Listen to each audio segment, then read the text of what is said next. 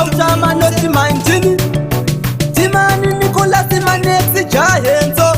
Uchitirireo edu mastresi Katishandisei kukerera kama sonsi Kwete kugaya zvekutora madrugs Zvinozopedzisira zvatipinza mumatoksi Tisaiwana kuna mata Vana vamazano vese vari kupata Pana kana wani mwana chachata Vese vaenda kuhunu wakashata Tisaiwana kuna mata Vana vamazano vese vari kupata Pana kana wani mwana chachata Vese vaenda kutsika zakashata Tisaiwana venyika kutsvaka Mwari Kwete zvavanoda izvi zvekutsvaka mari Imwe zuva ndozvisiva vachaputsa hari Yeupenyu handinyepenyu sameri Vakudyiwa ngechibage chiya chemagwere Nemadharo avo vachitisu hachipere Ndozvisiva zvavo vachafa nezvirwere Vachiri vana vadiki hora dzichiri pwere Tisaiwana kuna mata Vana vamazano vese vari kupata Pana kana wani mwana chachata Vese vaenda kuhunu wakashata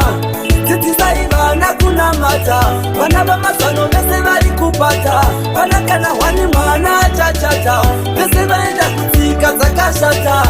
Kana riri boizi raenda nemutoriro Zvandipa kufunga ini zvandipa ndangariro Kugara vakadhakwa ndiwavo magariro Vakazvitanga chaiko vachiri kuchikoro Riri masiya ipapo rinenge richihudhaya Vabereki ipapo madima vomugaya Kutora vana venyu kuendawo kwamagaya Vamwe life yavo iyo ndati ingafaya Tisaiwana kuna mata Vana vamazano vese vari kupata Pana kana wani mwana chachata Vese vaenda kuhunu wakashata Tisaiwana kuna mata Vana vamazano vese vari kupata Pana kana wani mwana chachata Vese vaenda kutsika zakashata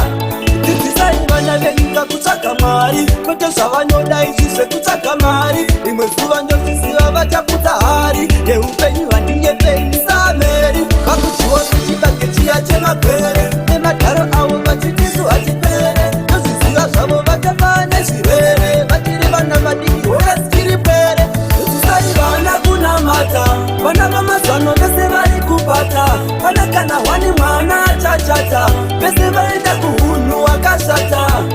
Tisaiwana kuna mata Vana vamazano vese vari kupata Pana kana wani mwana chachata Vese vaenda kutsika zakashata Kana riri boizi raenda nemutoriro Zvandipa kufunga ini zvandipa ndangariro Kugara vakadhakwa ndiwavo magariro Vakazvitanga chaiko vachiri kuchikoro Riri masiya ipapo rinenge richihudhaya Vabereki ipapo madima vomugaya Kutora vana venyu kuendawo kwamagaya Vamwe life yavo iyo ndati ingafaya